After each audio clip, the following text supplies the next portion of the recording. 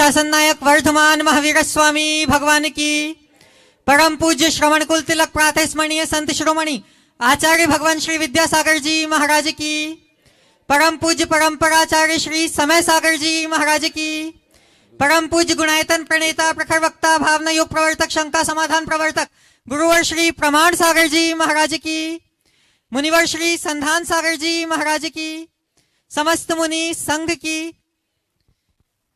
बंधु, रांची के इस विहार में आज सायंकालीन पड़ाव में बेड़ों से हो रहे शंका समाधान के द्वितीय सत्र में आप सभी का हार्दिक अभिनंदन। आज का यह द्वितीय सत्र प्रारंभ हो उससे पूर्व हम चलते हैं परम पूज्य गुरुदेव के चरणों में और करते हैं प्रणिपात इस भाव से कि हमारे जीवन में भी हो सके रत्नत्रय की सुप्रभात। सभी लोग हाथ जोड़ेंगे, मस्तक झुकाएंगे और मेरे साथ बोलेंगे, हे गुरुदेव नमोस्तु नमोस्तु नमोस्तु। बंधुओं, जैसा कि आप सभी को विदित है कि परम पूज्य गुरुदेव का यह विहार अभी रांची के लिए चल रहा है और रांची की यह चिरकालीन प्रतीक्षा अब समाप्ति की ओर है, जब परम पूज्य गुरुदेव सत्संग का भव्य मंगल प्रवेश 28 तारीख की प्रातः काल में रांची की धरा पर होगा और हम सभी को आगामी 30 तारीख को परम पूज्य गुरुदेव की सत्संग के सानिध्य में भगवान महावीर जन्म कल्याणक महामहोत्सव के आयोजन का सौभाग्य प्राप्त होगा। भगवान महावीर जन्म कल्याणक महोत्सव एक तरफ जहां भगवान महावीर के जन्म जयंती के रूप में हम सबके लिए सौभाग्यशाली अवसर है, साथ ही हम सबके लिए विशेष महत्वपूर्ण हो जाता है क्योंकि परम पूज्य आचार्य भगवान के कर कमलों से उसी दिन परम पूज्य गुरुदेव ने दीक्षा प्राप्त की थी और निरंतर हम सबके कल्याण के लिए परम पूज्य गुरुदेव 39 वर्ष से साधना कर रहे हैं और हम सबको मार्गदर्शन दे रहे हैं। इस वर्ष हम बहुत धूमधाम से परम पूज्य गुरुदेव का 39वां दीक्षा दिवस मनाने जा रहे हैं। आप भी अपने जीवन को धन्य करने गुरुदेव के चरणों में भक्ति समर्पण और श्रद्धा अर्पित करने अवश्य पधारें।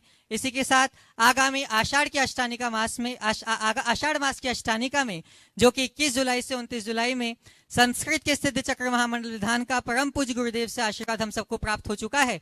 आप सब अपने जीवन को धन्य करने मंडल लेकर सिद्ध चक्र महामंडल विधान का सौभाग्य प्राप्त कर सकते हैं। सिद्ध भूमि में सिद्ध सारस्वत महामुनिराज के सानिध्य में सिद्धों की भक्ति का यह अनूठा अवसर हम सबको बहुत दुर्लभता से पुनः प्राप्त हो रहा है। बंधुओं, इसका लाभ अवश्य लें। इसका एक मंडल के लिए 2 लाख रुपए की राशि निर्धारित की गई है, जिसमें 8 जनों की व्यवस्था, उनके भोजन आवास और पूजन संबंधी सामग्री की व्यवस्था निश्चित की गई है। आप सब इसका लाभ ले सकते हैं। अब आज का यह सत्र प्रारंभ हो उसके लिए हम चलते हैं परम पूज्य मुनिवर श्री संधान सागर जी महाराज के चरणों में और निवेदन करते हैं कि महाराज श्री आपके माध्यम से यह सत्र प्राप्त करे गति, ताकि हम सभी हो सके निशंक मति। नमोस्तु महाराज जी। चलते हैं। आज यह द्वितीय सत्र एकलव्य विद्यालय, इसमें यहाँ प्रथम प्रश्न के लिए मैं बुला रहा हूँ अपने बीच में हजारीबाग से भैया अभिमन्यु जी प्रसाद उपस्थित है। गुरु चरणों में अपना प्रश्न करेंगे और तैयार रहेंगे नैवेद्य विकास गंगवाल रांची। सबसे पहले महाराज जी के चरणों में मेरा प्रणाम, चरण स्पर्श, नमोस्तु। महाराज जी, मेरा 2 छोटा छोटा प्रश्न है। वैसे प्रश्न तो छोटा नहीं होता है, लेकिन छोटा है। पहला प्रश्न है कि क्या योग्यता को जाति के आधार पे बांटा जाना चाहिए, और दूसरा जो आजकल हम लोग देख रहे हैं कि अगर आप संपन्नता के साथ अगर आप में उदंडता हो तभी आप सफलता प्राप्त करते हैं, इसके बारे में मार्गदर्शन करेंगे। देखिए, दोनों सवाल जो आपने लिया है मुझे लगता है वर्तमान की राजनीतिक पृष्ठभूमि को देखते हुए उभरा है। मैं इस विषय में क्या टिप्पणी करूं? मेरा तो मानना है कि जाति के आधार पर कोई भी वर्गीकरण समाज में भेदभाव को बढ़ाने वाले हैं। समाज को व्यापकता से सोचना चाहिए और जातीयता मुक्त समाज की तरफ दृष्टि होनी चाहिए। पर चूंकि वर्तमान की व्यवस्थाएं पूरी तरह राजनीति से प्रेरित है, तो हर बात को राजनीतिक गुणाभाग के साथ सोचा जाने लगा है। इस संदर्भ में मेरे द्वारा कुछ भी सुझाव कोई अर्थ नहीं रखेगा, लेकिन मेरा मानना ये है कि योग्य व्यक्ति को कभी हताश नहीं होना चाहिए। यदि आपको कहीं अवसर मिलता है या नहीं मिलता, हताश मत होइए। योग्यता खुद अपनी पृष्ठभूमि तैयार कर देती है। हमारे यहाँ एक कहावत है, विद्वांसः सर्वत्र पूज्यन्ते। जो विद्वान है वो सर्वत्र पूजा को प्राप्त करता है। अगर मेरे भीतर योग्यता और काबिलियत होगी तो मैं जहां रहूंगा वहां अपने लिए अवसर तैयार कर लूंगा। अतः कदाचित योग्यता के अभाव में किन्हीं को प्रोत्साहन मिलता है तो उसे सकारात्मक दृष्टि से ऐसा क्यों न सोचा जाए कि शायद उन्हें ज्यादा आलंबन की जरूरत है, मैं तो योग्य हूं, कहीं भी खड़ा हो जाऊंगा, उनको करने दीजिए, मैं अपना काम करूंगा। संपन्नता और उद्दंडता सफलता का आधार आज माना जाने लगा है, और वो सफल बना भी दे लोक की दृष्टि में, पर इस बात को ध्यान में रखना, वो सफलता का आधार बन सकता है, प्रसन्नता का आधार नहीं। हमारा उद्देश्य कोरी सफलता नहीं, सफलता के साथ प्रसन्नता, उसमें ही सार्थकता है। विडंबना ये है कि लोग सफलता को ही अपने जीवन का मूल मंत्र मान बैठे, जबकि हमें सफलता की जगह सार्थकता की तरफ दृष्टि जानी चाहिए। मैं सार्थकता की ओर बढ़ पा रहा हूं या नहीं, ये मुझे देखना है, और यदि ऐसा देखने में हम समर्थ होते हैं तो हमारा रास्ता अपने आप प्रशस्त होगा। बहुत आभार, धन्यवाद। नैवेद्य विकास जी गंडवाल रांची गुरु चरणों में अपना प्रश्न कर रहे हैं और तैयार रहेंगे। अंकित जी शास्त्री रांची राहतगढ़। महाराज जी के चरणों में नमोस्तु नमोस्तु नमोस्तु। महाराज जी, मेरा प्रश्न ये है कि जैसे अभी कुछ लोग बोलते हैं कि हायर एजुकेशन के लिए बाहर जाने से बहुत एक्सपोजर मिलता है, बहुत नई नई चीज़ें सीखने को मिलती है, बट वहाँ का कल्चर अलग है, वहाँ पे हम लोग को देव दर्शन ये सब नहीं हो पाता है, तो वो जाना चाहिए कि नहीं जाना चाहिए? एक्सपोजर मुझे तो लगता है कुछ फैशन भी बन गया है। दुनिया के लोग भारत में आकर के पढ़ते हैं, भारत के लोग बाहर जाना सोचते हैं। मैं तो ये मानता हूं कि व्यक्ति के अंदर प्रतिभा हो तो इंस्टीट्यूशन का कोई बहुत ज्यादा मूल्य नहीं होता, समझ गए? और डिग्री से बड़ा अनुभव होता है। मैं तुम्हारे माध्यम से उन तमाम युवाओं से कहना चाहूंगा जो बहुत ज्यादा डिग्रियों के पीछे पागल होते हैं, वो थोड़ा देखिए कि दुनिया के नामचीन कई ऐसे लोग हैं जिनकी कोई डिग्री नहीं। बिल गेट्स के पास कौन सी डिग्री है? एलन मस्क के पास कौन सी डिग्री? हाँ, नहीं। धीरू भाई अंबानी के पास कौन सी डिग्री? नहीं, वो तो नहीं था। फिर भी वह सफल अपने क्षेत्र में हुए कि नहीं हुए? हुए। अनुभव जीवन की सबसे बड़ी संपदा है, हमें उसे देखना चाहिए। अवसर और अनुकूलता के अनुसार अगर कोई बाहर जाए तो भी मैं उनसे कहता हूं वो भारत से बाहर भले हो पर उनके भीतर भारत होना चाहिए, भारतीयता होनी चाहिए। अपने संस्कारों और सरोकारों को सुरक्षित रखते हुए ही काम करना चाहिए। और उच्च शिक्षा के लिए आधारभूत शिक्षा संपन्न करने के बाद ग्रेजुएशन तो कम से कम भारत में करो, फिर कोई रिसर्च वर्क के लिए जाना हो या मास्टर्स के लिए जाना हो, कुछ करना हो तो बात जुदी समझ में आती।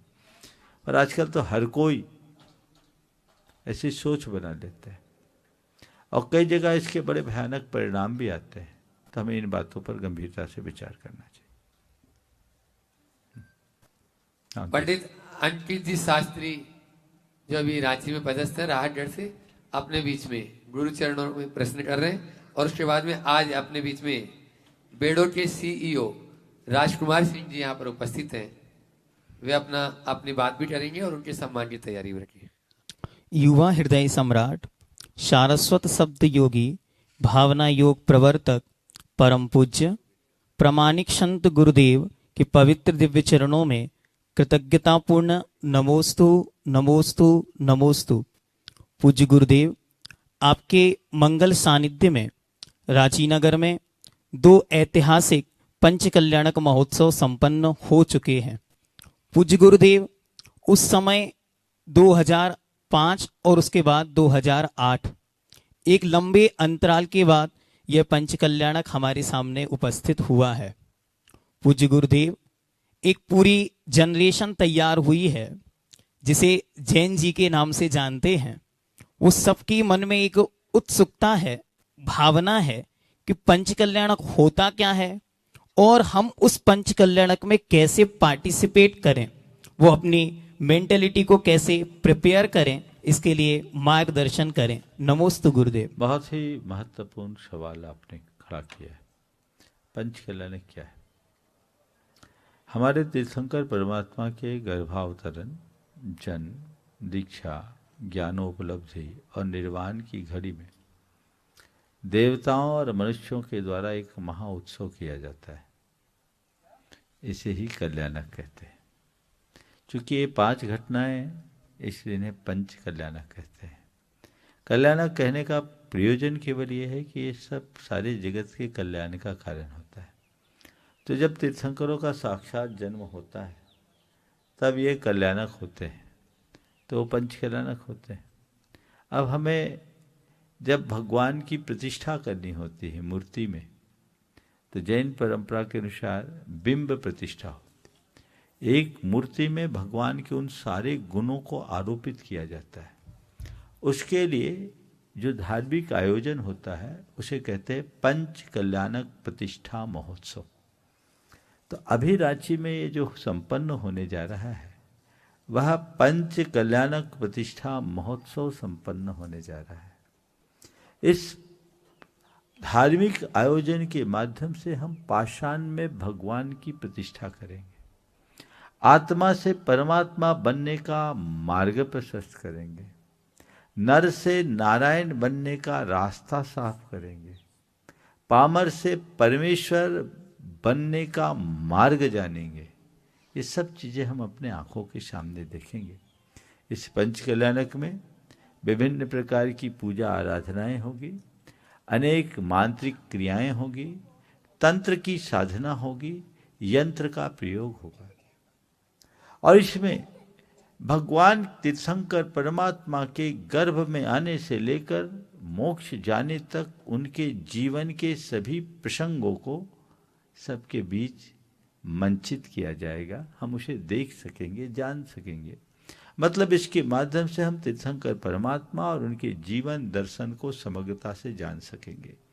तो ये पंच कल्याणक प्रतिष्ठा महोत्सव अपने आराध्य परमात्मा के संपूर्ण जीवन वृत्त को जानने का एक अद्भुत अवसर है, जो हमारी चेतना के आध्यात्मिक उत्कर्ष का आधार बनता है, जिससे हम जीवन में नव प्रेरणा का संचार कर सकते हैं, जिसका लाभ उठाकर हम अपने जीवन में आमूलचूल परिवर्तन ला सकते हैं। बहुतों के जीवन में बड़ा गहरा रूपांतरण होता है। रांची के लोग सौभाग्यशाली हैं कि 20 वर्षों में, 21 वर्षों में तीसरा पंच कल्याणक, और ये 18 साल के अंतराल के बाद होने जा रहा है। ये शुभ अवसर है।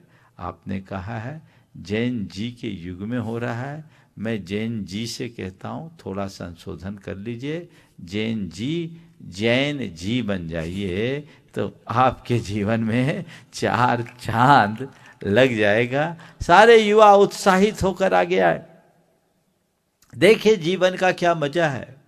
हमने बाहर के गोरख धंधे का खूब रस लिया, लेकिन जब जीवन में आध्यात्मिक उमंग जगती है तो जीने का रंग ढंग सब परिवर्तित हो जाता है। हमारे जीवन का रंग बदले, ढंग बदले, ये प्रयास सबको करना चाहिए। और यदि ऐसा करते हैं तो वो हमारे जीवन की एक सार्थक उपलब्धि होगी। कृतज्ञता पूर्ण नमोस्तु। आज अपने बीच में राजकुमार सिंह जी, सीईओ बेडो, यहाँ पर उपस्थित है। जोरदार तालियों से उनका सम्मान करें।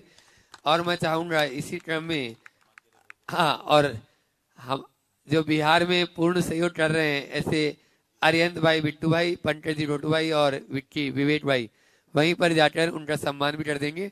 और गोल्डी जी भी वहीं पे चले जाएं। और इसी क्रम में अपने बीच में विमलेश जी चौधरी, ASI बेड़ो यहाँ पर उपस्थित हैं, वे भी वहीं पहुंच जाएं, अपनी पूरी टीम के साथ में शायद उपस्थित हैं, उनकी टीम भी वहीं पहुंच जाए, जो बहुत ही अच्छे से बिहार में सभी का सहयोग कर रहे हैं।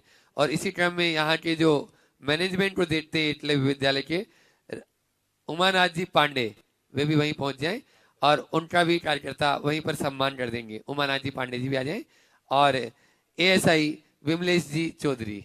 मैं चाहूंगा कि अपने बीच में जो CEO साहब हैं वे अपना जो भी वक्तव्य है या संक्षेप में सवाल प्रश्न गुरु चरणों में कर लें। महाराज जी को सादर जोहार एवं सादर चरण स्पर्श। महाराज जी से मैं ये जानना चाहूँगा कि हमारे जीवन में कभी कभी बहुत विषम परिस्थितियां आ जाती हैं, तो इन विषम परिस्थितियों में मध्यम मार्ग अपनाते हुए आगे बढ़ें या उसको चुनौती की तरह से मतलब लेते हुए उन परिस्थितियों को पार करें। देखिए, ऐसा कोई व्यक्ति नहीं है जिसके जीवन में कभी विषमताएं नहीं आती, लेकिन विषम परिस्थितियों को चुनौती की तरह देखिए और अपनी कुशलता से उसे उपलब्धि में परिवर्तित कीजिए। 4 बातें यदि आप अपने जीवन में उतार ले तो हर विषमता में क्षमता ला सकेंगे, विसंगति में संगति बिठाने में समर्थ बन सकेंगे।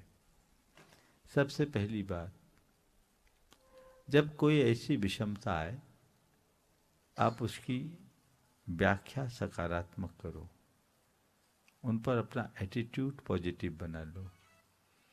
अगर हमने अपनी सोच को बदल लिया तो प्रतिकूलता भी अनुकूल लगने लगेगी। समझ गए? डॉक्टर राधा कृष्णन जब भारत के राष्ट्रपति हुआ करते थे, एक बार वे अमेरिका गए। अचानक मौसम बिगड़ जाने के कारण उन्हें निर्धारित स्थल से पहले ही लैंड करना पड़ गया और वहां से सड़क मार्ग से सीधे व्हाइट हाउस पहुंचे। प्रोटोकॉल की सारी व्यवस्थाएं धरी रह गई। वहां के राष्ट्रपति उन दिनों थे मिस्टर हेनरी। उन्होंने अपना वक्तव्य जारी करते हुए कहा कि हमें इस बात का खेद है कि मौसम अनुकूल न रहने के कारण हम आपकी व्यवस्थाएं नहीं बना सके। राधा कृष्णन जी ने बहुत अच्छी बात कही। उन्होंने कहा, never mind mister president, we can not change the event but certainly change our attitudes towards them. राष्ट्रपति महोदय, किसी भी प्रकार का अफसोस न करें, हम परिस्थितियों को नहीं बदल सकते पर परिस्थितियों के प्रति अपने दृष्टिकोण को जरूर बदल सकते हैं। हर विषमता को अपने जीवन की एक चुनौती माने स्वीकार करे, वो चीजें बदलेगी और उसका एक अलग रस होगा, उसका एक अलग मजा होगा। पहली बात। दूसरी बात, हताश न हो, आशावादी बने। ये सोचे अभी रात है, प्रभात होगी। रात को कोसने की जगह प्रभात के गीत गाएं, प्रभात की प्रतीक्षा कीजिए। तीसरी बात ये सोचे तात्कालिक है, टेम्परेरी अभी है, बाकी सब ठीक हो जाएगा। अभी है, सब ठीक हो जाएगा। ये बात अपने मन में बनाइए। और चौथी बात, विधि के विधान पर विश्वास कीजिए, चीजें सब बदल जाएगी। ठीक है, कर्म का योग है। महापुरुषों के जीवन में भी ऐसी बातें आई। रामचंद्र जी को भी वनवास झेलना पड़ा, औरों के जीवन में भी इस तरह की स्थितियां आती हैं, तो इसको लेकर के कभी विचलित ना हो। ठीक है। विमलेश जी चौधरी ASI। हाँ, नहीं पूछे। उमानाथ जी पांडे। हाँ, परम पूज्य महाराज जी, प्रश्न कर रहे हैं और उसके बाद में तैयार रहेंगे बिट्टू आर्यन जी, कटनी शिरोमणि संरक्षक गुणायतन। परम पूज्य महाराज जी, इस विद्यालय प्रांगण में अपने विद्यालय परिवार की तरफ से हम आपका स्वागत एवं अभिनंदन करते हैं। आपके श्री चरणों में सादर चरण स्पर्श। महाराज जी, एक छोटा सा प्रश्न है। बहुत लोगों को हम देखते हैं कि उनके जीवन में बहुत उतार चढ़ाव आते हैं, लेकिन बहुत ही आसानी से वो अपने उन परिस्थितियों को पार कर लेते हैं और उनमें विचलन बहुत कम होता है। लेकिन हर किसी के अंदर ना तो उतना धैर्य होता है और ना ही उतनी सहनशीलता होती है। बहुत सी विषम परिस्थितियों में बहुत लोग बहुत खुश रहते हैं और खुशी खुशी उसको झेल लेते हैं। तो ऐसा क्या उपाक्रम किया जाए या क्या उपाय किया जाए कि हर कोई या जो चाहता है वो विषम परिस्थितियों में भी खुशी खुशी उस परिस्थिति वही को काम झेल करे सके? जो आपके ठीक पहले प्रश्न के उत्तर में मैंने कहा, चारों बातें अपना ले। जी महाराज। विषमता में भी हम क्षमता स्थापित कर पाएंगे। किसी विचारक ने बहुत अच्छी बात लिखी, तुम्हारे पास 2 पैसे हों तो 1 पैसे से खरीदो रोटी और दूसरे से खरीदो एक फूल। रोटी तुम्हें जीवन देगा और फूल देगा तुम्हें जीने की कला। फूलों को देखो, कांटों के मध्य भी खिला रहता है। तो हम प्रेरणा लें, कांटों के मध्य खिले रहने की योग्यता विकसित करें। ओह बिट्टू अरियंत भाई कटनी और उन्हीं के साथ में पूरी बिहार टीम आ जाए, जो पूरा हमेशा सहयोग कर रहे हैं। सब लोग एक साथ पहुंच जाएं, समय कम है। पंकज नीतू जी वहीं पे पहुंच जाएं, साथ में ही यहाँ से अनिमेश भैया, विनय भैया, सभी एक साथ। महाराज श्री के और चरणों उसके बाद तैयार रहेंगे प्रदीप जी काला, रांची। महाराज श्री के चरणों में त्रिबार नमोस्तु नमोस्तु नमोस्तु। महाराज श्री, परिवार को जोड़ना परिवार को तोड़ने से काफी मुश्किल कार्य है। आजकल लोगों में सहनशीलता कम होती जा रही है, जिसके परिणाम स्वरूप बिखराव देखने को मिल रहा है। तो महाराज श्री, मेरा सवाल आपसे यह है कि हमें ऐसा क्या करना चाहिए जिससे आपसी तालमेल बना रहे, कृपया मार्गदर्शन कीजिए। देखिए, थोड़ी समझदारी का परिचय देना चाहिए। सहनशीलता के अभाव में तो कोई चीज़ें होती नहीं। चीज़ों को नज़रअंदाज करने की क्षमता और चीज़ों को पचाने की ताकत अगर अपने अंदर आ जाए तो सब चीज़ें सहज हो जाती। ये दोनों बातें अपने जीवन में विकसित करके हम अपने जीवन का पथ प्रशस्त कर सकते हैं। नमोस्तु महाराज श्री। प्रदीप जी काला, रांची, गुरु चरणों में अपना प्रश्न कर रहे हैं और उसके बाद में नमोस्तु गुरुदेव। नमोस्तु गुरुदेव, मैंने शास्त्रों में पढ़ा है कि हमारी आत्मा ज्ञाता दृष्टा होती है, लेकिन जब इन दिनों मैं विज्ञान को देख रहा हूं गुरुदेव और आर्टिफिशियल इंटेलिजेंस को देख रहा हूं, और जिस तरीके से आर्टिफिशियल इंटेलिजेंस आगे बढ़ रहा है, समस्त दुनिया का ज्ञान, जिस भी तरीके का ज्ञान मनुष्य ने अर्जित किया है, वो धीरे धीरे आर्टिफिशियल इंटेलिजेंस में फीड होता चला जा रहा है। और अब भावनाएं भी आर्टिफिशियल इंटेलिजेंस में डाली जा रही है, और आने वाले दिनों में मनुष्य के रूप में आर्टिफिशियल इंटेलिजेंस को बनाने में, जैसा मनुष्य बाहर से दिखता है वैसा ही आर्टिफिशियल इंटेलिजेंस बनाने का प्रयास भी किया जा रहा है। तो ऐसा लगता है कि जब सारा ज्ञान वहां आ गया तो वो ज्ञाता हो रहा है आर्टिफिशियल इंटेलिजेंस, और वो दृष्टा भी हो रहा है। वो भी बहुत सारी चीज़ों को इमेजिनेशन के माध्यम से, श्रद्धान के माध्यम से आगे लेकर के जाकर के उसे डेवलप करता है। तो क्या ऐसा समझें कि एक आर्टिफिशियल चेतना आ रही है या आर्टिफिशियल? जी नमस्ते गुरुदेव। निश्चित रूप से कृत्रिम बुद्धिमत्ता का युग है, एआई का जमाना है। चीज़ें बन रही है, बदल रही है तेजी से। पर मैं इस संदर्भ में इतना ही कहूँगा, अभी कुछ दिन पूर्व एक आर्टिकल मुझे किसी ने पढ़ाया जो नारायण मूर्ति जी के किसी वक्तव्य के सार के रूप में था, जिसमें उन्होंने इस बात को बहुत तथ्यात्मक तरीके से विश्लेषित किया था कि मानवीय मस्तिष्क के आगे एआई कहीं नहीं लगता। हम कृत्रिमता का कितना भी विस्तार क्यों न कर ले, जो वास्तविकता उसे छुपाया नहीं जा सकता। सब चीजें बन सकती है, पर संवेदनाएं तो भीतर है। हम इस बात को याद रखें, मस्तिष्क का संबंध बुद्धि से है और हृदय का संबंध भावना से है। जब तक हम भावनात्मक स्तर पर पूरी तरह मजबूत नहीं होंगे, हम अपने जीवन का रस नहीं ले सकते। निश्चित रूप से एक बड़ी क्रांति है जो आज एआई के माध्यम से पूरे विश्व में संचालित हो रही है। काम आसान हुआ है बहुत तेजी से, लेकिन इसमें कई उल्टी सूचनाएं भी आ जाती है, क्योंकि मशीन मशीन, मनुष्य मनुष्य। इसलिए हमें इस बात को ध्यान रखना है कि एआई का उपयोग कैसे करें, इसके लिए भी तो कम से कम दिमाग चाहिए। सब काम एआई नहीं करे। एआई एक टूल है, पर उस टूल को यूज करने के लिए भी तो हमारे पास कुछ चाहिए, है ना। ये तो वही कहावत चरितार्थ होगी कि एक की गाड़ी खराब हुई, बहुत देर से परेशान था, इंजीनियर को कुछ समझ में नहीं आया, एक मैकेनिक आया और उसने एक हथौड़ी मारा, ठीक हो गया। बोले कितना? बोले 10,000 रुपये लगेगा। बोले 10,000 रुपये किस बात की बात? आपने एक हथौड़ी तो मारा है, तो 10 रुपये का काम है। उसने कहा जनाब बिल्कुल ठीक कह रहे हैं, हथौड़ी मारने का 10 रुपया और हथौड़ी कहाँ मारना है इसका 9,990 रुपया। समझ गए? तो हथौड़ी कहाँ मारना, हथौड़ी तो आपके पास भी थी, आप भी मार सकते थे। तो एआई का यूज कैसे करना है, ये बड़ा अहम प्रश्न है, उसी के बल पर चीजें। नमस्ते गुरुदेव। पंकज ऋतु जी जैन रांची गुरु चरणों में अपना प्रश्न कर रहे हैं और उसके बाद में तैयार रहेंगे स्मिता पांड्या के नेतृत्व में जैन महिला जागृति रांची। गुरुदेव के चरणों में भावांजलि प्रस्तुत करते हुए नमोस्तु करता हूं। कुछ सवाल हैं मेरे, 2 सवाल हैं।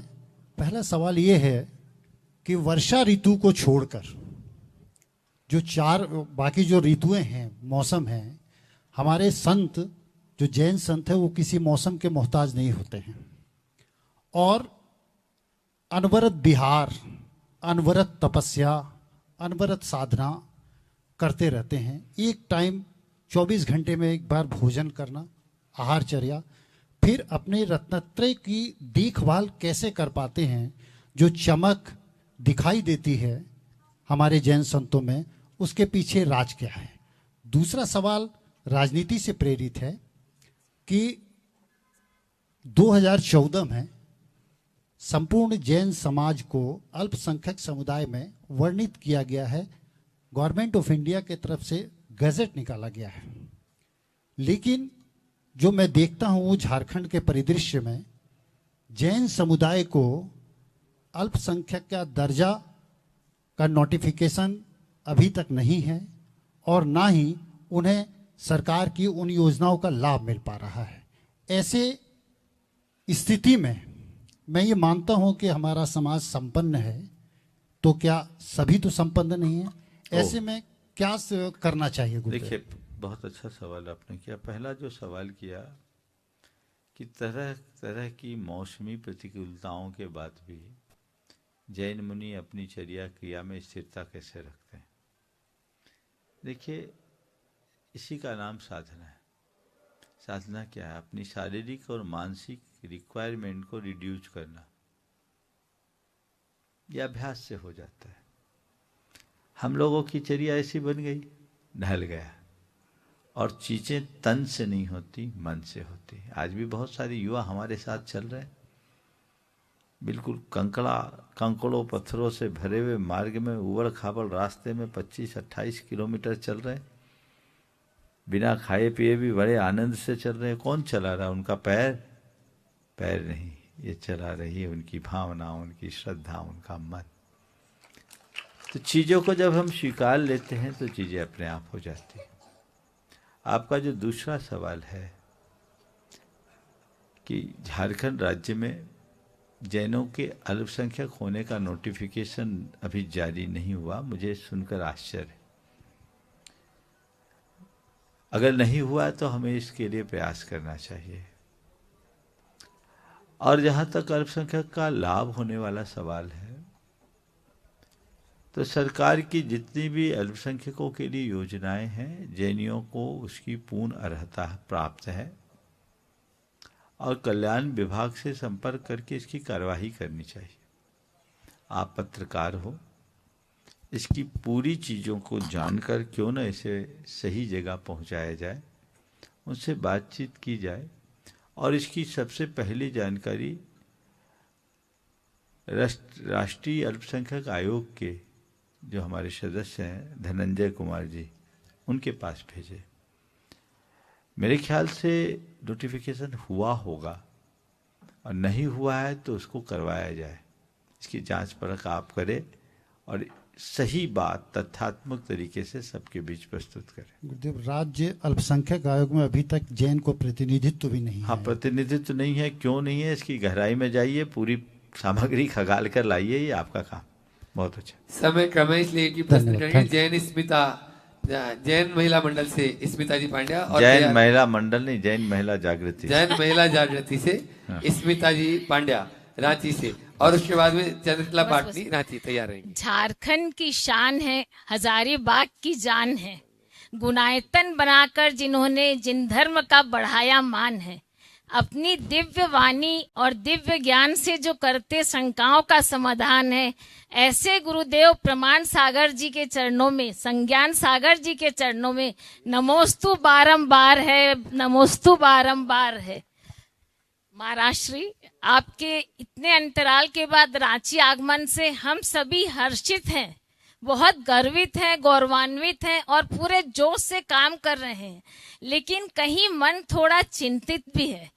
विश्व में आज जो स्थिति हो रही है, युद्ध की अराजकता, इसको लेकर के मन में एक डर भी है। तो जैसे आपने कहा कि आप मंत्रों से पाषाण को भगवान बना देते हैं, तो हमारा यही नम्र निवेदन है कि इस पंच कल्याणक और विश्व शांति यज्ञ के दौरान आप कुछ ऐसे मंत्र हमें दें, कुछ ऐसे मंत्र फूके कि इंसान इंसान बन जाए। नमोस्तु भगवान, नमोस्तु। युद्ध के प्रारंभिक दौर में ही एक संदेश पूरे देश को दिया था, देश को नहीं विश्व को दिया था, कि सभी लोग युद्ध की चिंता और चर्चा छोड़कर शांति की प्रार्थना करना शुरू करें। वैश्विक स्तर पर एक समय निश्चित करें और सारे विश्व भर के लोग एक साथ शांति की प्रार्थना करें। लेकिन मुझे पता है ये सुझाव केवल सुझाव बनकर रह गया। आज भी आप सब नकारात्मकता की बात करते, सकारात्मकता की बात क्यों नहीं करते? हम क्यों नहीं प्रार्थना करें और सामूहिक प्रार्थना करें, तभी शांति हो। हम सब ऐसी भावना भाएं ताकि सब जगह शांति की स्थापना हो। ओम। जैन महिला जागृति के अध्यक्ष, उपाध्यक्ष और पूर्व अध्यक्ष, हम सभी को आप ये आशीर्वाद दें कि हम आपकी आशाओं के अनुरूप पंच कल्याणक की तैयारी में खरे उतरे। नमोस्तु भगवान। चंद्रकला पाटनी रांची। बस मेरी तरफ से, जगत के सब जीवों की तरफ से मुनिराजों के चरणों में नमोस्तु, छुल्लक जी महाराज के चरणों में इच्छामि। महाराज श्री, हमारा जीवन समय समय पर हमारी परीक्षा लेता रहता है, तो उसमें हम खरे कैसे उतरे? सही तरीके से पेपर लिखोगे, खरे उतरोगे। परीक्षा ले, परीक्षा से घबराए नहीं, धैर्य और संयम का परिचय दे, आत्मविश्वास से भर करके अपना काम करे, हर परीक्षा में उत्तीर्ण हो। आखिरी माणिक चंद जी पाटनी रामगढ़ गुरु चरणों में अपना प्रश्न कर रहे हैं। नमोस्तु नमोस्तु नमोस्तु गुरुवर। मेरी जिज्ञासा है, मैं यह जानना चाहता हूँ कि आजकल भक्तामृत स्तोत्र का पाठ हम सभी कोई करते हैं और अक्सर ये देखा जाता है कि मंदिर जी में 48 दीपों का हम लोग सबको एक एक कड़ा बोल के दीप प्रज्वलित करते हैं। ये मानतुंग जी का भाव था जो उन्होंने अपने भावों से, अपने भावनाओं से उपसर्गों को दूर किया। लेकिन क्या एक मंत्र सिर्फ एक कड़ा बोल के एक अगर दीप प्रज्वलित करे तो क्या इससे उसका लाभ मिलता है, या इस विधि को कैसे किए जाए? देखिए, मानतुंग आचार्य ने भक्तामृत स्तोत्र का जिस अर्थ में उसकी रचना की और उसका जो लाभ मिला वो तो अतीत की बात हो गई। लेकिन भक्तामृत स्तोत्र अब कोई स्तोत्र नहीं रहा, अपने आप में मंत्र है। और स्तोत्र क्या, उसका एक एक काव्य अपने आप में मंत्र है, एक एक छंद क्या, उसका एक एक शब्द अपने आप में मंत्र है, शब्द क्या, उसका एक एक अक्षर अपने आप में मंत्र है। समझ गए?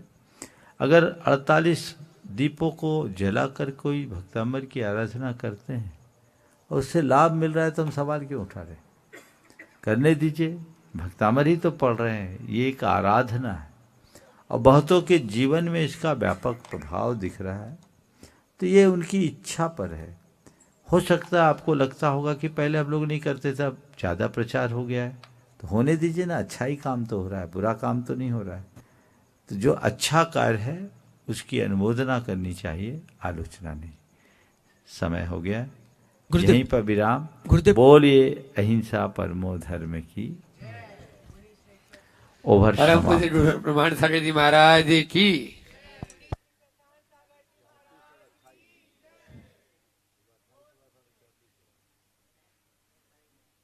ये नीता सेठी रांची गुरु चरणों में अपना प्रश्न करें। और तैयार रहेंगे आशा विनायका रांची हजारीबाग। बोलो। गुरुवर प्रमाण सागर जी के चरणों में कोटि कोटि नमन, संधार सागर जी के चरणों में कोटि कोटि नमन, समस्त मुनि संघ को नमन। महाराज जी मेरा प्रश्न ये है कि मैं मतलब दिगंबर पंथ और कांजी पंथ में क्या अंतर है? फिर से बोलो। दिगंबर पंथ और कांजी पंथ में क्या अंतर है? देख, दो पंथ है तो अंतर तो समझ ही लो। कहीं ना कहीं कुछ ना कुछ मतभेद तो होते ही हैं। अलग अलग मान्यताएं हैं, अवधारणाएं हैं। मूलतः जो बात है वो एक है, लेकिन जब मूल से हम कुछ अपनी अलग अवधारणाएं बना लेते हैं तो नया पंथ शुरू हो जाता है। दिगंबर परंपरा में देवगुरु धर्म को मानना सबसे महत्वपूर्ण है। उनके यहाँ कुछ अवधारणाएं ऐसी है जो हमारी मूलभूत परंपरा के अनुकूल नहीं बैठती। इसके कारण मतभेद जैसा हो जाता है।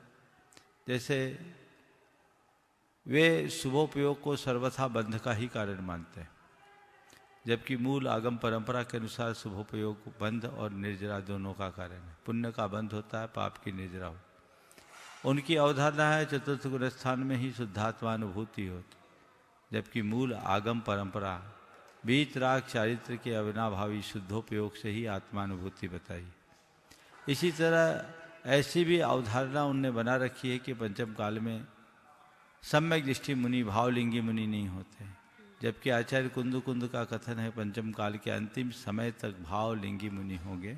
वे कहते हैं अद्य तिरियन शुद्धा अप्पा झाऊन लहद इंदत्तम लोयंती देवत्तम तत्सुदा निबुद्धिम जनते, कि आज भी रत्नत्रय से शुद्ध मुनि अपनी आत्मा का ध्यान करके इंद्रत्व को प्राप्त करते हैं, लौकांतिकपना को प्राप्त करते हैं, देवत्व को प्राप्त करते हैं और वहाँ से आकर मुक्ति को प्राप्त करते हैं। इसी तरह निमित्त नैमित्तिक व्यवस्था में भी कुछ बातें हैं। इस तरह की कुछ बातें हैं और इन्हीं कारण से मान्यताओं में अन्य भेद बन गए। तो इसलिए एक अलग अलग परंपरा के रूप में ध्रुवीकरण हो गया। वे वर्तमान के मुनियों को नहीं मानते, चित्रों के मुनियों को मानते। तो ऐसी धारणा है, इसलिए दो मत बन गए। नमोस्तु महर्षि। आशा जी विनायका और कोई रांची हजारीबाग से। हाँ, रांची वालों में और भी है। हाँ बोलो बोलो, वहीं दे दो। स्थान का नाम नहीं लिखा, इसलिए आप अपना नाम बोल दो। हाँ। प्रमाण सागर जी महाराज की जय, श्रद्धान सागर महाराज जी की जय, मुनि संघ की जय। महाराज जी हम लोग पूजा करते हैं तो एक पंच बाल्यती की भी पूजा आती है और एक त्रिजिनेंद्र की भी पूजा आती है। तो पंच बाल्यती में तो 5 ब्रह्मचारी है, वो पता चलता है, पर त्रिजिनेंद्र में क्या है कि हम लोग इसकी पूजा किस भाव से करते हैं? अब त्रिजिनेंद्र में शांति कुंतु अरनाथ भी हो जाते हैं। हाँ महाराज जी। भरत बाहुबली आदिनाथ भी हो जाते हैं। और आपके त्रिजिनेंद्र में नेमिनाथ पार्शनाथ महावीर भी आ जाते हैं। तो जो सामने विराजमान है उनको देख लो। नमोस्तु महाराज श्री। आशा विनायका हजारीबाग मंत्राणी अपनी पूरी टीम के साथ में गुरु चरणों में अपना प्रश्न कर रही है। नमोस्तु महाराज श्री, नमोस्तु महाराज श्री।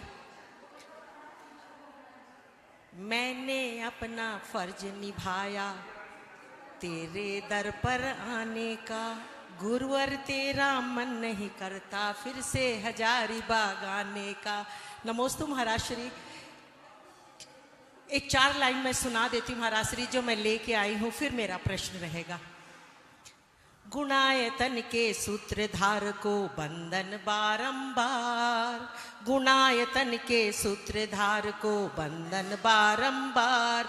हे गुरु प्रमाण सागर तेरी करूँ मैं जय जयकार। हे माता सोहन के नंदन करूँ मैं तेरा अभिनंदन। हे माता सोहन के नंदन करूँ मैं तेरा अभिनंदन। बाट तेरी जोह रहे थे न जाने कब से गुरुवर, अब जाकर हमें चैन मिला आए तुम गुरुवर फिर से। अब फिर छोड़ नहीं जाना रुख अपना मोड़ नहीं जाना, होगा हम पर गुरुवर तेरा बहुत बड़ा उपकार। हे माता सोहनी के नंदन करूँ मैं तेरा अभिनंदन। नमोस्तु महाराज श्री। महाराज श्री प्रश्न ऐसा है, थोड़ा विचित्र जरूर है, लेकिन फिर भी लोग नानी घर को बहुत प्रेम भरा सोचते कि नानी घर जाना है, एक प्रेम भरा वो होता है कि प्रेम उमड़ आता है। लेकिन फिर अगर कोई बात होती है तो लोग ऐसा क्यों बोलते हैं, नानी याद दिला दूंगा, नानी याद आ जाएगी। तो ऐसा दोनों में ऐसा फर्क कैसे कि नानी प्रेम भरी बात भी है और नानी याद दिला दूंगा। तो बहुत सुंदर, बहुत अच्छा सवाल है। देखिए, इसके पीछे भारतीय अवधारणा की स्पष्ट झलक है। नानी घर, नाना घर नहीं बोलते, हाँ। नानी याद दिलाने की बात करते हैं, दादा दादी को याद दिलाने की बात नहीं करते। अगर वंशानुगत व्यवस्था देखें तो बाप के आगे दादा भी याद आ सकते हैं। ये तो कहते हैं बाप बाप करेगा, हाँ, बाप बाप करेगा। लेकिन नानी याद करने की जो बात है, इस बात का प्रतीक है कि हमारी संस्कृति में मातृशक्ति को कितना अधिक महत्व दिया गया। अच्छा। माता पिता कहते हैं, माँ बाप कहते हैं, पिता माता नहीं कहते हैं, बाप माँ नहीं कहते। बिल्कुल। तो मातृशक्ति, मातृत्व पक्ष, तेरे माँ नहीं तेरी नानी तक याद आ जाएगी। तो ऐसा होगा कि नानी याद आ जाएगी या नानी याद आ गई, दिला दूंगा, नानी याद दिला दूंगा, नानी याद आ जाएगी, मुझे नानी याद आ गई। नानी याद। यानी हमारी संवेदना का जो चरम रूप है वो माँ और माँ से ऊपर नानी, माँ की भी माँ, उस अभिव्यक्ति को इससे हम समझ सकते हैं। तो ये मातृशक्ति के सम्मान का द्योतक है, इसलिए उसको गर्व के साथ स्वीकार करना चाहिए। कंट्रोवर्शियल लगता है महाराज श्री? कंट्रोवर्शियल बिल्कुल नहीं है। ये इस बात का प्रतीक है कि तेरे को नानी याद दिला देंगे, यानी तू माँ माने नानी तक पहुंच जाएगा। माँ से ऊपर नानी, पास्ट माने मातृत्व की इतने आगे बढ़ जाएगा। ये अच्छा, नमोस्तु महाराज श्री। प्रेम लोहाड़िया हजारीबाग, लता जी पांड्या हजारीबाग, तैयार है। नमोस्तु महाराज जी, नमोस्तु महाराज जी, नमोस्तु महाराज। महाराज जी, मेरा प्रश्न है, बिना सोचे समझे बोलना भी क्या हिंसा हो सकती है? बिना सोचे समझे बोलना हिंसा तो हो या ना हो बाद की बात है, लेकिन बिना सोचे समझे बोलने वाले से हिंसा बहुत होती है, और बोली के बाद हिंसा बहुत होती है। सोच समझ कर बोलना, न केवल बोलना, कोई भी काम बिना सोचे समझे करना हिंसा। नमोस्तु महाराज जी। लता जी पांड्या हजारीबाग, संतोष विनायका हजारीबाग, तैयार है। नमोस्तु महाराज जी। महाराज जी, जैसे हम लोग सम्यक दृष्टि और मिथ्या दृष्टि होती है, तो हम लोग तो हैं सम्यक दृष्टि, लेकिन अगर हम लोग घूमने के ख्याल से अगर किसी जैसे ताजमहल वगैरह, देखिए, सम्यक्ति वीतरागता का उपासक होता है और हमें हमेशा वीतरागता की उपासना करनी चाहिए। अगर कहीं घूमने फिरने के लिए जाते हैं तो उसे एक दर्शक की भांति देखें। हाँ, वो दर्शक के श्रद्धालु जहाँ श्रद्धा से अवनत होता है वहाँ सम्यक और मिथ्यात्व का सवाल होता है, और जहाँ सहज भाव से एक दर्शक की भूमिका होती है वहाँ सम्यक मिथ्यात्व नहीं जुड़ता। संतोष विनायका हजारीबाग, गुरु चरणों में अपना प्रश्न करें। उसके बाद में आज कलकत्ता से गुरु दर्शनार्थ यहाँ पर भक्तजन हैं, सभी तैयार रहेंगे। अजीत जी, अशोक जी सेठी, सागर जी कासलीवाल, भाटचंद जी काला। नमोस्तु गुरुवर, नमोस्तु गुरुवर, नमोस्तु गुरुवर। महाराज श्री, एक शंका है, रोज एक अच्छा काम करने की आदत कैसे? थोड़ा फिर से बोलो। रोज एक अच्छा काम करने की आदत कैसे डालें? समझ में नहीं आ रही आवाज। रोज एक अच्छा काम करने की आदत, रोज एक अच्छा काम करने की आदत कैसे डाले? रोज एक अच्छा संकल्प ले, उसे पूरा करे, एक दिन का एक संकल्प। तो ऐसा करते करते रोज अच्छा काम करने की आदत बन जाएगी। बहुत। अपने बीच में कलकत्ता में गुरुवर का शानदार चातुर्मास और प्रवास कराने का जिन्हें सौभाग्य प्राप्त हुआ, और अनन्य मुनि भक्त ऐसे अजीत जी सेठी यहाँ पर उपस्थित हैं। अशोक जी सेठी, सागर जी कासलीवाल, नहीं, अशोक पांड्या, अशोक जी पांड्या, सॉरी, अशोक जी पांड्या और भाटचंद जी काला, जेके मसाला, एक बार जोरदार तालियों से इन सभी का सम्मान कर दें।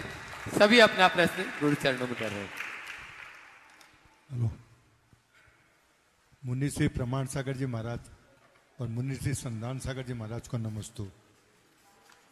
मुनि श्री, मंदिर जी में घंटा बजाने का वैज्ञानिक कारण क्या है?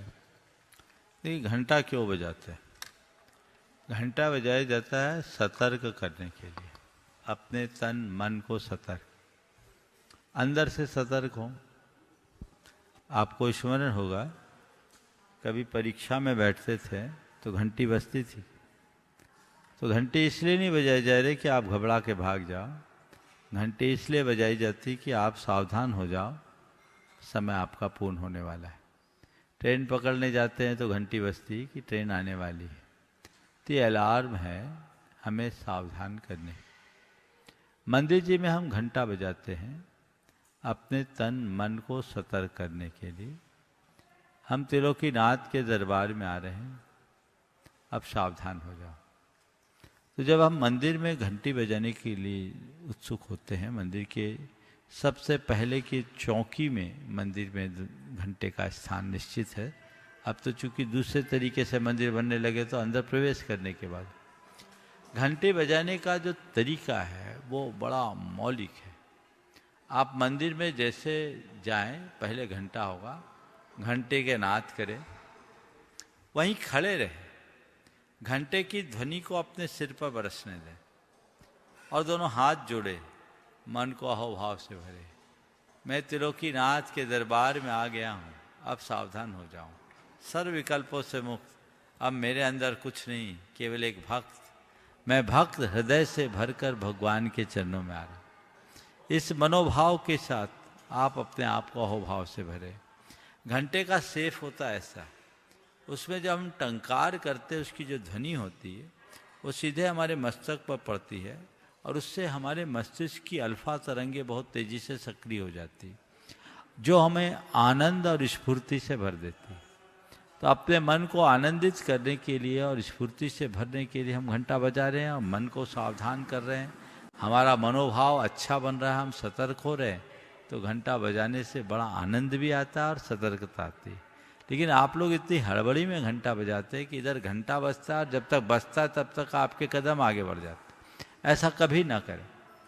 घंटा बजाए, तन से दोनों हाथ जोड़े, प्रभु की छवि को निहारे, उन्हें अपने नयनों के माध्यम से हृदय तक ले आए। आप लोग बोलते हैं नयन पथगामी भव, तुम्हें नयनों में बसाएं, आंखें बंद कर ले, मन को परम अहोभाव से भरो, देखो क्या आनंद आता। अशोक जी पांड्या कोलकाता और उसके बाद भागचंद जी काला जेके मसाला तैयार है। नमोस्तु महाराज जी। निर्वाण लाडू चढ़ाने के बाद उसकी जो बाद में जो बर्बादी होती है वो चढ़ाने के बाद उसका मार्गदर्शन कीजिए। निर्वाण लाडू चढ़ाने के बाद जो लाडू है उसका क्या करें, पूछ रहे हैं। देखिए, मैंने अनेक बार बोला, न केवल निर्वाण लाडू, नित्य पूजन में भी जो आप द्रव्य सामग्री चढ़ाते हैं, कोलकाता वालों को तो और विशेष मैं कहूँगा, आपकी द्रव्य सामग्री कहाँ बिकती है, उसका उपभोग कौन करता है, उसके साथ अभक्ष्य पदार्थ खाए जाते हैं।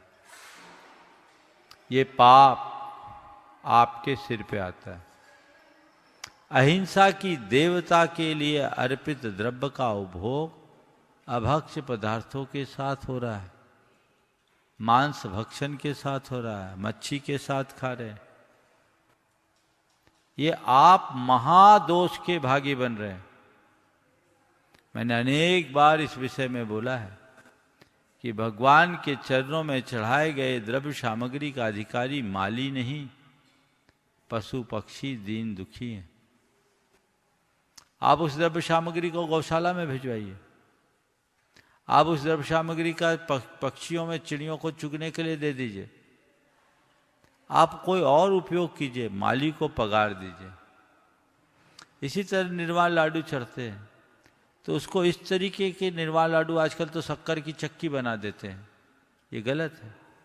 जो हमारी परंपरागत व्यवस्था थी, खोपरे का लाडू बनता था, वो खाने में उपयोग में आ जाता। दीन दुखियों को बांट दीजिए। लेकिन ये चीजें बिकती है और ऐसे लोगों के पास जाती है जो अभक्ष खाते हैं, आप लोगों से छिपा नहीं है। उसके बाद भी आप इसे नजरअंदाज कर रहे हैं तो ये महान पाप के भागी बन रहे हैं। मेरा ध्यान इधर आकृष्ट किया था दिल्ली के एक भाई ने, जब मैं उदयपुर में था, कि महाराज मंदिर की द्रव्य सामग्री के साथ लोग बिरयानी खाते हैं। सुन करके मुझे बड़ा दुख हुआ। मैंने पता लगाया तो बोले बिल्कुल वास्तविकता है, और अल्टीमेटली जाता तो कहीं ना कहीं है। तो इसी तरह आपके यहाँ भी सारे देश में होता होगा। तब मैंने कहा था कि शास्त्र इस विषय में तो ये कहता है कि पशु पक्षी और दीन दुखियों के लिए इसका उपयोग हो, तो आप उसका उपयोग कीजिए। सब मंदिरों में एक ऐसी व्यवस्था बनाइए, सारी सामग्री कलेक्ट हो, कुंटलों से द्रव्य सामग्री निकलती है और वो गौशाला में चले जाए। उसका एक संयंत्र भी आता है जिससे कैटल फीड बन जाता है। क्यों ना कोलकाता के आसपास ऐसा आप बना लें, गौशाला से जुड़ दे तो वो सारी सामग्री गौशाला में चले जाए और वो पशु आहार बन जाए, तो उनको कहीं नुकसान भी नहीं है। इंदौर की में हमने ऐसा किया था, पूरे इतने बड़े बड़े विधान हुए, वहाँ पूरी सामग्री हो गई। हो सकता है कोई कैटल फीड बनाने वाला भी आपके यहाँ हो, आप लोग पता कीजिए। चिड़िया वगैरह तो अब कोलकाता में बहुत कम मिलते हैं, अगर थोड़े छत पे डाल करके आप देखें, तोते उड़ करके आते हों, अन्य पक्षी आते तो उसको चुग सकते हैं। तो कुल मिलाकर के द्रव्य सामग्री का सही विनियोजन होना चाहिए यहाँ वहाँ जाने से। और उसके साथ अगर अभक्ष का सेवन होता है तो ये महान पाप का कारण है। इससे कल्पना मात्र से मन सिहर उठता है। थोड़ा सोचो कि आपकी द्रव्य सामग्री के साथ लोग अभक्ष खा रहे हों तो मन कैसा करता है। सुधार कीजिए। कोलकाता में इसकी शुरुआत काकुल गाछी से ही कर लीजिए।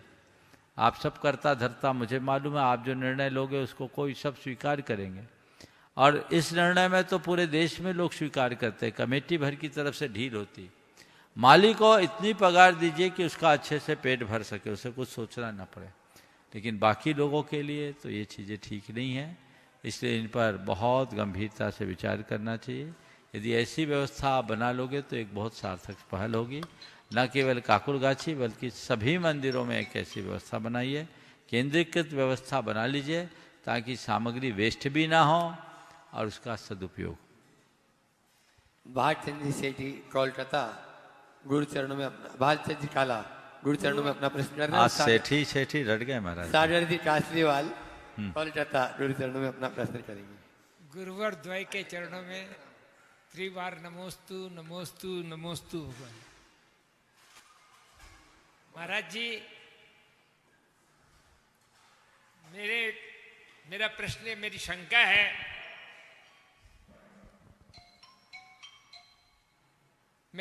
है, कि आजकल एक चलन चल गया है, एक या दो बच्चों से ज़्यादा तो होते नहीं है, और माँ बाप बच्चे को पढ़ाने के लालच में बाहर भेज देते हैं, और वो बच्चा बाहर जाता है, बाहर जाके पढ़ता है और वहीं का रह जाता है, वो बाहर ही रह जाता है। और माँ बाप का इतना बड़ा बिजनेस है, उस बिजनेस को नहीं संभालते हुए वो वहीं पर जॉब करता है। आजकल नौकरी का शब्द एक बड़ा शब्द हो गया, जॉब। करते तो नौकरी है, लेकिन लोग जॉब बोलने में अपना थोड़ा स्वाभिमान समझते हैं कि लड़का मेरा क्या करता है, जॉब करता है। अब जॉब में कितना कमाता है कितना नहीं कमाता है वो अलग बात है, लेकिन माँ बाप बीमार भी हो जाते हैं, सब कुछ होता है और बच्चे आते नहीं हैं। मेरे साथ एक घटना घटी कि बच्चा अमेरिका में था और माँ को बहुत तकलीफ हो गई। माँ के आंखों में, मैं पूछने गया तो माँ के आंखों में आंसू आ रहे थे, बोल रहे थे क्या करूँ, बेटा तो इतनी दूर है, अब वो कब आएगा, क्या आएगा, मेरे को इतनी तकलीफ है। एक बेटा और एक बेटी है, दोनों बाहर है। तो महाराज जी इसका कुछ कीजिए। इस विषय में मैंने अनेक बार अपना मंतव्य प्रकट किया है। इसका जिम्मेवार कौन है? आप ही हो। आपने बच्चे की परवरिश ही ऐसी की, खूब पढ़ाया लिखाया, हाँ बेटा पढ़ पढ़ पढ़ पढ़, अब भुगतिए। अभी तो ऐसा हुआ, भोपाल और इंदौर में 2 दुर्घटनाएं ऐसी हुई कि मृत्यु के बाद 5 दिन तक डेड बॉडी पड़ी रही, अंत्येष्टि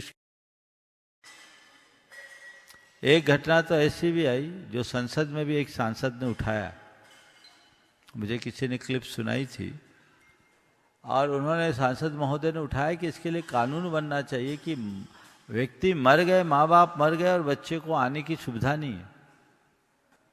तो उन्होंने एक प्रस्ताव दिया था लोकसभा में कि इस तरह की व्यवस्था बने कि कोई भी माँ संतान यदि वहाँ रहे तो बकायदा हर उनके पासपोर्ट को तभी सुरक्षित किया जाए जब माँ बाप के संपर्क में रहे और आते जाते रहे। ऐसा कोई प्रस्ताव दिया था, हालांकि वो बिल पास नहीं हुआ, लेकिन उनका दृष्टिकोण बहुत अच्छा था। तो ऐसी बातें आनी चाहिए, इस पर बहुत गंभीरता से विचार करना चाहिए। और बाहर की बात तो दूर है, विदेश जाए तो बात ही है, देश में भी रह करके लोग बाहर हो रहे हैं। हमें बच्चों को शुरू से उनके पढ़ाई के विषय को चुनने से पहले उनकी मानसिकता को ठीक करना चाहिए ताकि रास्ता स्पष्ट हो। साढ़े कासलीवाल कोलकाता गुरु चरणों में अपना प्रश्न करेंगे और सरोज जी सेठी रांची तैयार रहेंगे। द्वय महाराज श्री के चरणों में नमोस्तु नमोस्तु नमोस्तु। महाराज श्री, मेरा प्रश्न है कि स्वभाव और शुभ भाव में श्रेष्ठ क्या है और किसका लक्ष्य करना चाहिए? स्वभाव और शुद्ध भाव में श्रेष्ठ क्या है? स्वभाव और शुभ भाव। देखिए, शुभ भाव नीचे की भूमिका है, स्वभाव शुद्ध भाव का द्योतक। लेकिन स्वभाव में जाने के लिए पहले शुभ भाव अपनाना पड़ेगा। शुभ भाव साधन है, स्वभाव साध्य है। तो शुभ भाव अपनाकर अगर हम स्वभाव की ओर जाएंगे तो वो हमारे जीवन का पथ प्रशस्त करे। ओम। सरोज जी सेठी रांची गुरु चरणों में अपना प्रश्न करें, तैयार रहेंगे। अनिल संगीता जी सेठी हजारीबाग रांची। दोनों महाराज श्री के चरणों में कोटि कोटि प्रणाम। महाराज श्री, मोबाइल टीवी ने सारे घर को निकम्मा या आलसी बना दिया है, क्योंकि किसी ना किसी से मतलब ही नहीं रहा।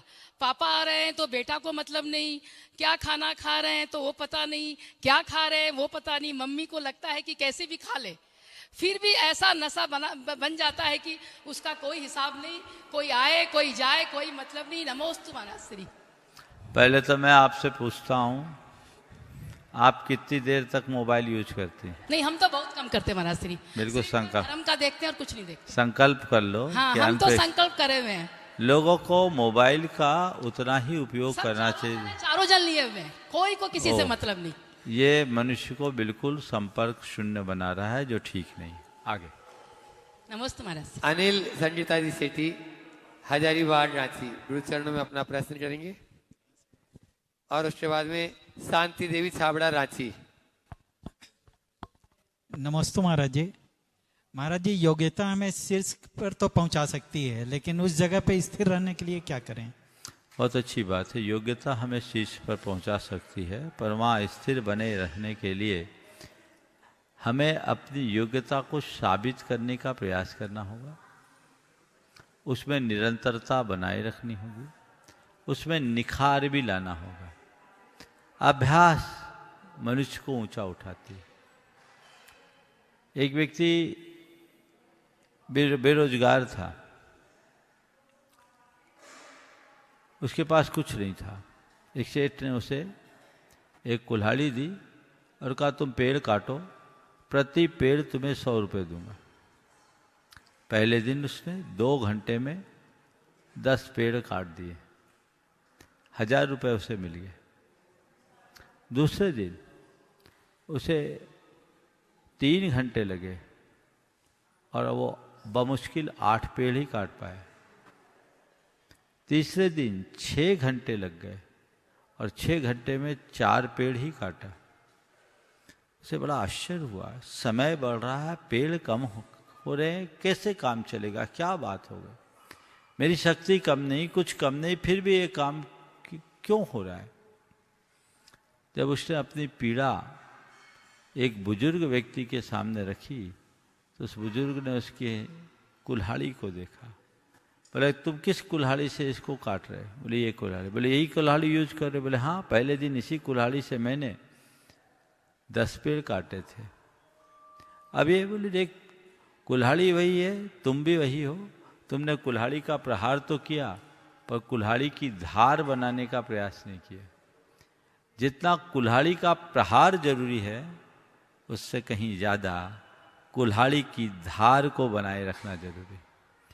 तुम्हें चाहिए कि तुम कुल्हाड़ी की धार को बनाए रखो। उनने तुरंत कुल्हाड़ी में धार चढ़वाया और जैसी कुल्हाड़ी में धार प्रकट हुई, वो देखते ही देखते 1 घंटे में ही 10 पेड़ काट दिया। तो बस मैं सबसे कहूंगा, अपनी धार बना के रखो ताकि हम अपनी योग्यता को साकार कर सके। ओ नमस्ते महाराज। शांति देवी छाबड़ा गुरु चरणों में अपना प्रश्न कर रहे हैं। उनके साथ में अंजना छाबड़ा और शशि सेठी रांची। जितने सब एक साथ हो जाओ, रांची वाले एक साथ हो जाए। अंतिम प्रश्न। दोनों महाराज जी के चरणों में बारंबार नमस्तु, बारंबार नमस्तु, बारंबार नमस्तु। महाराज जी, मेरा प्रश्न ये है कि घर में रहकर पुण्य कैसे कमाएं? घर में रहकर के पुण्य कैसे कमाएं? जो गृहस्थोचित कर्तव्य है, दान, पूजा, शील, उपवास, ये 4 आपके पुण्य वर्धन के विशेष कार्य हैं। इन्हें तत्परता से करते रहो, पुण्य भी बढ़ता जाएगा, जीवन निखरता जाएगा। आज के इस सत्य को परम पूज्य गुरुदेव के चरणों में नमन अर्पित करते हुए यहीं पर विराम। बोलिए अहिंसा परमो धर्म की जय। महाराज की